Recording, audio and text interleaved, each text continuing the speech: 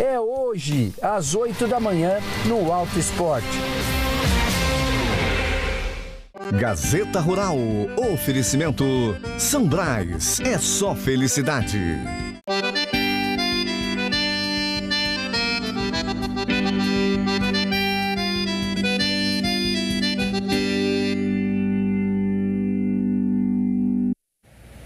Olá, bom dia! O Gazeta Rural está no ar.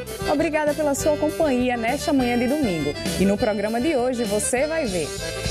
Equipes da ADEAL fiscalizam plantações de banana para combater a cigatoca negra neste período chuvoso. E o plantio de palma foi afetado com o atraso das chuvas. E tem ainda uma reportagem sobre a estação de monta, uma técnica usada na reprodução de animais. E vamos ver os cuidados que devem ser tomados com os cascos dos bovinos. E participa com a gente, é só enviar sua dúvida ou sugestão para o nosso WhatsApp. Anota aí, é o 994030740. O Gazeta Rural está começando.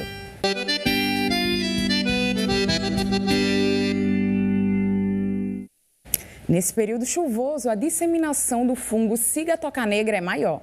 A doença que ataca plantações de banana está presente em 30 municípios alagoanos. A ADEAL intensificou a fiscalização para combater a praga. Há quase 10 anos, o seu Jorge faz o cultivo de banana ao longo dos 6 hectares que fica nessa propriedade rural em Jundiá, no litoral norte do estado. Mas há cerca de 1 ano e meio, ele passou a conviver com a cigatoca negra, um fungo extremamente letal para o bananal. Conhecendo o fungo, ele foi forçado a adotar medidas práticas para tentar reduzir o problema. Eu me preocupo muito em combater as causas, não as consequências. Em cima disso, eu faço em dia a desfolha, o desbaste e aplico os defensivos e a nutrição correta, conforme a orientação técnica e agronômica. A cigatoca negra é a doença foliar da bananicultura mais grave, porque ela é muito agressiva. Caso o produtor ele não detecte logo de imediato e começar as ações de controle, ela pode causar perdas de até 100% na sua produção, porque ela reduz o tamanho do fruto, o tamanho do cacho, da penca, e com isso reduz a produtividade. Como é uma doença que ataca as folhas da bananeira, então é o principal alimento da planta para formar o cacho. Por isso que ela é tão agressiva e também porque ela tem uma maneira de disseminar muito fácil. Mudas, o vento, a umidade, a folha da bananeira, a roupa do produtor que ele está lá. O próprio veículo, quando sai de uma propriedade contaminada, vai também o fungo. Então, ele é muito resistente, esse fungo. Ele fica 60 dias na roupa de uma pessoa, quando ela entra numa área contaminada, na folha também da bananeira, ali sem se alimentar, só esperando o momento correto, ou seja, onde tem alimento para poder se multiplicar. E é nesse período de quadra chuvosa que produtores e agências reguladoras têm a atenção redobrada. É que é justamente nesse período do ano de maior incidência de disseminação da cigatoca negra. O fungo, ele se adapta muito bem na temperatura de 25 a 30 graus, tem alta umidade, 80%. Então, a época do inverno, é propícia para a proliferação do fungo. Ela está já em 30 municípios de produtores de banana do estado, então isso é muito preocupante. É por isso que a ADEAL intensificou a fiscalização em bananais no estado. E a ADEAL, está nesse momento fazendo fiscalizações mais intensas nas áreas, orientar o produtor que ele deve adotar o sistema de mitigação de risco, ou seja, minimizar o risco da doença dentro do seu bananal, que vai desde a adubação correta para o bananal, o espaçamento correto, ele não fazer a desfolha sanitária.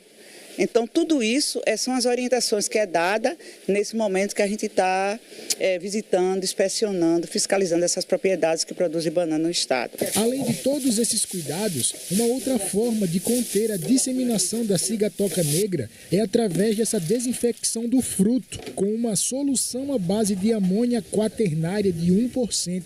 onde os frutos ficam submersos por um tempo e só depois são comercializados. Tudo isso acontece enquanto as folhas contaminadas têm o seu processo de decomposição acelerado, através de uma mistura de ureia e água. E se algum desses processos não forem respeitados, a gente pode estar falando de um possível desabastecimento no mercado como a banana alagoana, isso a médio e a longo prazo. É importante que o produtor esteja atento no seu bananal para tomar essas medidas de imediato, entrar em contato com a Prefeitura Municipal, que já tem técnicos treinados, com a ADEAL, para poder orientar de como controlar e conviver com a doença. E o atraso das chuvas afetou a produção de palma na região do semiárido. A planta é usada na alimentação dos animais e com o aumento da procura, o preço subiu bastante. No sertão de Alagoas é fácil encontrar plantações de palma forrageira. Grande parte dos produtores de animais cultivam a planta, que pertence à família dos cactos, para alimentar o gado. Seu Manuel tem mais de 100 animais no sítio Boa Vista, a 7 quilômetros do centro de Piranhas. Ele tem uma pequena plantação de palma, mas por conta do atraso das chuvas, este ano a produção não foi suficiente. Foi preciso comprar palma de outros produtores. Quem não tem palma para arrumar uma tarefa de palma, tá difícil, tá caro e difícil. Quando comecei a comprar, foi até de R$1.000. E agora, a mais fraca é 5, 6 mil, quando acha para comprar. Ainda quando acha, né? O agrônomo Samuel Silva explica os efeitos das mudanças climáticas no sertão alagoano. Qual é a característica do El Niño aqui para o Nordeste? É seca, atraso na distribuição de chuvas. E o contrário, que é a Laninha, é chuvas mais prolongadas, né, bem mais distribuídas, um inverno bem mais rigoroso. Esse ano, né, a gente está numa condição de neutralidade. Nem é, né, caracterizado como El Niño, mas também não está caracterizado como Laninha. Desde o final do ano passado, essa condição de neutralidade ela vem se arrastando. E o que é isso, né? A gente não tem um inverno tão rigoroso, a gente não tem um inverno bem mais prolongado, aconteceu atraso nas chuvas e o que isso acarreta para o produtor, né? Quem tinha palma, essa palma acabou, né? Quem plantou, né, que usava do seu próprio plantio para alimentar os animais, já acabou, e aí agora tiveram que comprar, né? E aí o que é que acontece? Quem tinha para vender, né, quando viu que a demanda subiu, né, a procura subiu, aumentou o preço, né? Então até agora, nesse momento que a gente está no período da chuva, né, os animais estão no pasto, porque veio, né, um pouco de pasto com as chuvas, atrasados, mas veio. E até o final do ano, né, quando a chuva acabar, aí volta a oferta da palma. Então, quem tinha palma para vender segurou um pouquinho e a tendência é que depois do inverno, na hora que voltar a procura da palma, o preço aumente novamente. Nessa outra propriedade, ainda em Piranhas, seu José Carlos cria 40 animais, junto com o filho, o Jackson. O problema por aqui é o mesmo. A palma não está boa para colher. Tem que comprar. E dá prejuízo para vocês? Como é que vocês conseguem esse dinheiro? Dá prejuízo. A gente tem que vender o gado para poder comprar palma. Prejuízo? Prejuízo porque acaba de dar 5 mil atrás de palma, né? 5 mil. Aí para plantar, às vezes eles cobram aqui 300, 350, 400, depende, né? E a gente mesmo cuida. Os agrônomos são otimistas e esperam que a situação da neutralidade do clima se reverta no próximo ano. A gente espera que essa seca que aconteceu agora, né, com esse atraso das chuvas desse inverno, no próximo inverno talvez não chegue a acontecer, né? Tem uma pequena probabilidade de mudar de neutralidade para Laninha. Então, até o final do ano, a gente espera que as chuvas, né, principalmente as chuvas de verão, elas cheguem um pouco mais intensas. Mas, enquanto isso, permanece como neutralidade. E vamos fazer uma pausa rápida? No próximo bloco, a gente vai ver como a estação de monta facilita o manejo para a reprodução do rebanho. E os cuidados com os cascos dos bovinos para evitar doenças.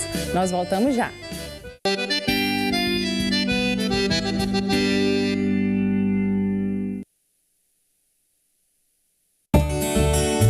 Hoje no Globo Rural. É fácil ligar.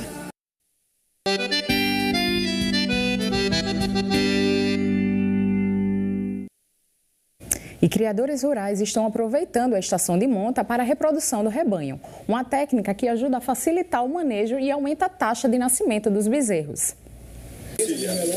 Cada uma dessas vacas carrega consigo o futuro do rebanho dessa propriedade rural que fica em Chã Preta, na zona da mata do estado. Aqui o foco é a reprodução. E para ter sucesso e aumentar a taxa de nascimento dos bezerros, elas passam a adotar a técnica de manejo da estação de monta. Aqui no Nordeste, ela vai de novembro a abril. A gente define esse período pelo nascimento dos bezerros no fim do inverno, né? Para a melhor época de nascimento, que é a época mais sadia, para os bezerros não nascerem no inverno.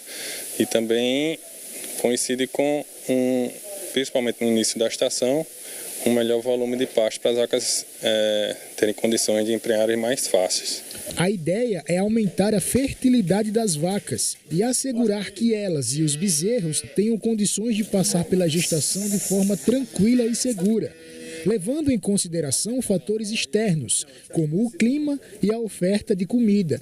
Esse rebanho em específico é da raça Nelore, mas a estação de monta pode ser usada para todos os bovinos. A reprodução pode acontecer de forma natural ou por inseminação. Dentro do período da estação, a gente tenta fazer o máximo possível para que aquelas vacas fiquem prenhes. Então tem fazendas que usam protocolos de ATF, né, que Alagoas, inclusive, é líder nacional nesse processo. São inseminações com tempo pré-determinado e após a inseminação, aí é que varia de fazenda para fazenda. Tem fazenda que não utiliza touro, que aí são inseminações consecutivas que nós vamos fazendo, chama de ressincronização. Podem ser 2 ou até 3 inseminações dentro da estação.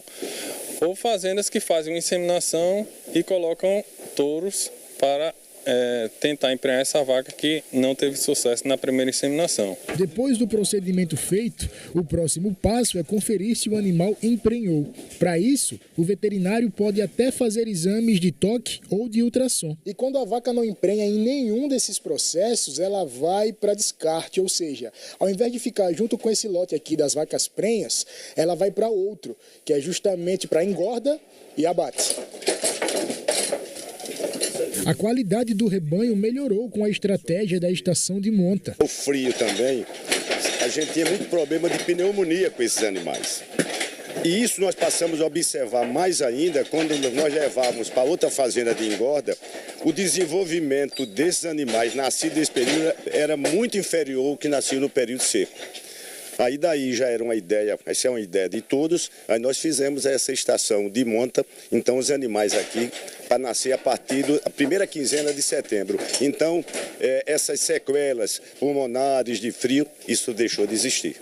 E como a finalidade da fazenda é a produção de carne, uma maneira de seguir produzindo bezerros durante o ano todo, inclusive em épocas mais frias, foi introduzindo nesse processo puro até então o cruzamento do Nelore com o Angus, uma raça britânica que se adaptou muito bem por aqui. Essa heterose aumenta também a produtividade da cria, né? Esses animais que nascem, que a gente chama meio sangue, eles são mais precoces, eles ganham mais peso. Então, é uma ferramenta que você ganha na produtividade e também na qualidade, né? Que é um produto que hoje é muito procurado pela indústria, por essas grifes de carne, né? Então, caiu na moda do brasileiro esse churrasco gourmet, e é justamente desse tipo de cruzamento, né? A base zebuína, né? Que é o que o Brasil tem, 80% da vacada de corte é zebuína, usando um sêmen de rastras taurinas para produzir o meio sangue, que é essa carne de qualidade aí que o pessoal procura. E a gente escuta falar muito dos cuidados com os cascos dos cavalos que podem atrapalhar a marcha. Mas os bovinos também podem ter problemas nos cascos. E se não for diagnosticado precocemente e tratado, pode afetar a saúde do animal e da produção. O gado faz parte do cenário rural. Soltos ou cercados, de leite ou de corte, eles já se consagraram como uma das principais fontes de renda dos produtores. Mas uma condição pode afetar a boa produção desses animais. São as doenças do casco. Esse tipo de doença afeta principalmente o gado de leite. Seu Clinton trabalha com criação de gado há mais de 30 anos e comprou essa vaca numa feira em Pernambuco. Mal sabia o que estava por vir. Aí ela começou a paipar. Manquejando, na hora de ordenhar, ela ficava inquieta e eu sem saber o que era. Até que um dia eu vi que entre uma unha e outra do pé traseiro, ela apresentou um inchaço. E esse inchaço foi aumentando. Eu comecei a botar remédio caseiro, remédio antibiótico e nada de resolver. O produtor buscou ajuda com profissionais, só que o tratamento não evoluiu. Foi aí que decidiu procurar a Universidade Federal de Alagoas para auxiliar no processo de cura do casco. Viram que o caso estava muito grave, aí começaram a fazer esse tratamento. De 8 em 8 dias eles estão aqui. De 8 em 8 dias eles têm que vir fazer tratamento, aplicar remédio, até que a gente chegou a esse ponto. O animal foi diagnosticado pela equipe da UFAL com pododermatite. A pododermatite ela tem algumas causas que vão desde questões metabólicas e traumáticas, que estão relacionadas a laminites assépticas, úlceras de sola, úlceras de pinça, doença da linha branca, que secundariamente pode apresentar algumas outras alterações do casco, que não necessariamente têm uma origem bem definida, ou seja secundária a essas lesões que eu citei anteriormente, que é a pododermatite séptica, a hiperplasia interdigital. Elas figuram com bastante frequência no meio da pecuária.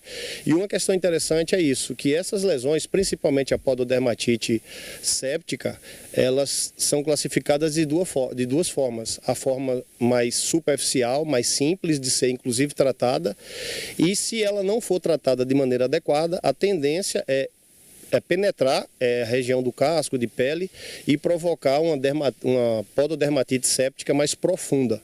Quando ela se aprofunda, ela entra em contato com ligamentos, né? Ela entra em contato com osso, com articulação, e esses casos, como é o caso, por exemplo, dessa vaca, ela se agrava formando flegmão e dificultando, consequentemente, no tratamento. Para não ocorrer contaminações, é necessário sempre estar de olho no comportamento e nos cascos do gado.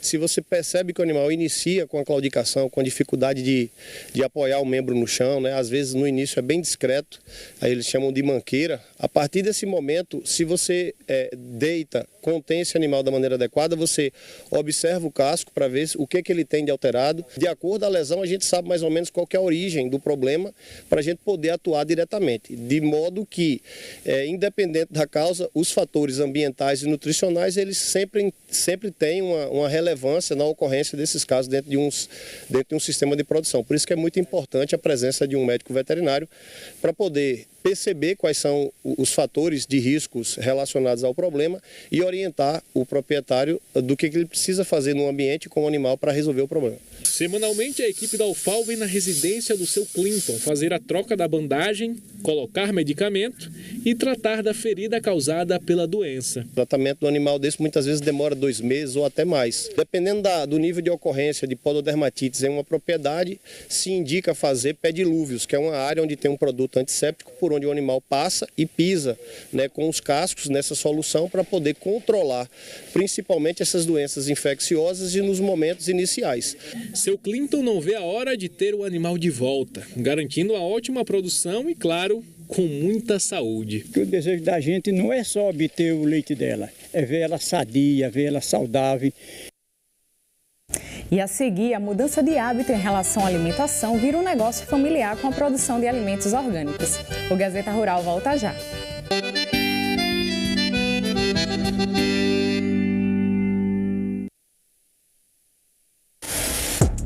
A reta final da... Há 55 anos, solução completa para o agro.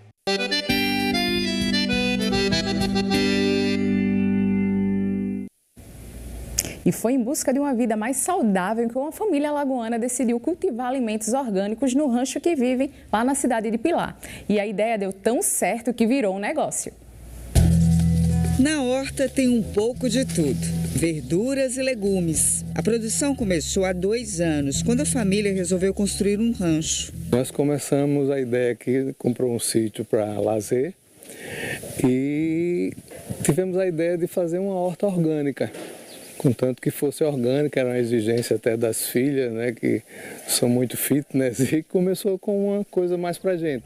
Primeiro foi feita a análise do solo, com orientação de um especialista. Contratamos uma consultoria, veio um engenheiro agrônomo, explicou pra gente, a gente faz análise de solo, a cada espaço você colhe as amostras, e aí o solo vai dizer onde é que ele está deficiente, existem as manchas de solo, às vezes você pensa que uma área é toda análise, mas não é, você tem que seguir a orientação deles. Começaram o plantio com adubação natural. No controle de pragas, optaram por não usar agrotóxicos. Eu não posso usar herbicida, veneno nenhum aqui. E o nitrogênio, fósforo e potássio, que é o químico que se usa basicamente, na parte orgânica, no cultivo orgânico, ele tem que ser substituído. Então, o nitrogênio é feito das fezes de galinha ou boi, o fósforo pó de rocha, o potássio é cinza de madeira. Então, o Pizzaria é um grande fornecedor nosso de cinza. E a gente faz na proporção que a análise de solo manda e a gente dá aquilo para a terra, a gente dá o que a terra precisa, certo? Então, outra, irrigar bem, porque o vegetal não come, mas ele bebe. Então, com o adubo certo e a irrigação certa, ele vai ter o cultivo certo, a limpa na hora certa. As hortaliças vieram primeiro. Aos poucos, o espaço foi crescendo e ganhando outros plantios. Hoje nós temos as hortaliças, sabe, que são 4 alfaces, couve, rúcula, a rúcula é muito boa. Os temperos como coentro, cebolinha, salsa, manjericão. E a gente estendeu para macaxeira, feijão verde, certo? Temos também a abobrinha, que dá muito bem aqui, o pepino. Tudo isso é cultivado de forma orgânica. O que no começo era para a família e para os amigos, acabou se tornando algo maior. Nós resolvemos até para manter o rancho, para ter uma renda a mais, a gente comercializar, mas contanto que fosse produto beneficiado de forma orgânica. E cresceu tanto que virou um negócio. A produção passou a ser beneficiada e se transformou em outros produtos. Na cozinha, a macaxeira é o carro-chefe. O cardápio é bem variado. Tem nhoque, wrap, palitos, bolinhos e escondidinho. Tem ainda o molho de tomate. Você compra congelado, passa alguns meses na sua geladeira, porque é embalado a vácuo e já sai daqui congelado. As verduras e os legumes também passam por alguns cuidados antes de serem vendidos. Já saem limpos e embalados, prontos para o consumo. A consultoria que nós fizemos foi justamente para como tratar a hortaliça e entregar ela num formato diferente, onde tivesse um diferencial. Então a gente higieniza os vegetais, as hortaliças, a gente tira a parte quebrada, uma folha de alface, qualquer problema que tenha, pesa 100 gramas e sela. Aquilo ali é colhido logo cedo e no mesmo dia é entregue na sua casa. Se é colocado na geladeira, você vai ficar lá uma semana com aquilo ali, sem problema. A gente também fez a comida da roça, a comida saudável. Tem a abóbora, tem o feijão verde, a abobrinha, certo? Que vai vendida inteira aí também em formato de espaguete, a cenoura em espaguete. Tá? E a macaxeira também só descascada e higienizada. Da terra para a mesa do consumidor. Essa é a nossa proposta, tanto do vegetal, das hortaliças, como da comida saudável da roça.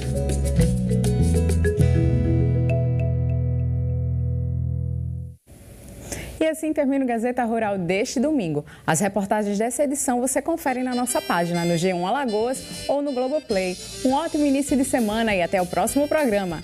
Tchau!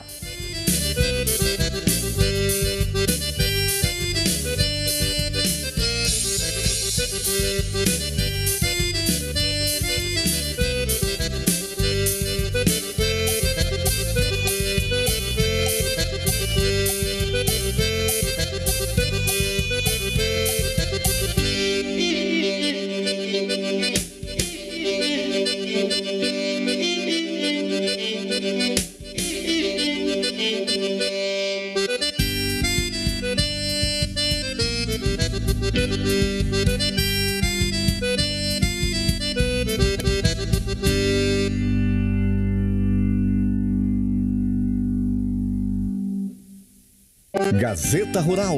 Oferecimento Sambras. É só felicidade.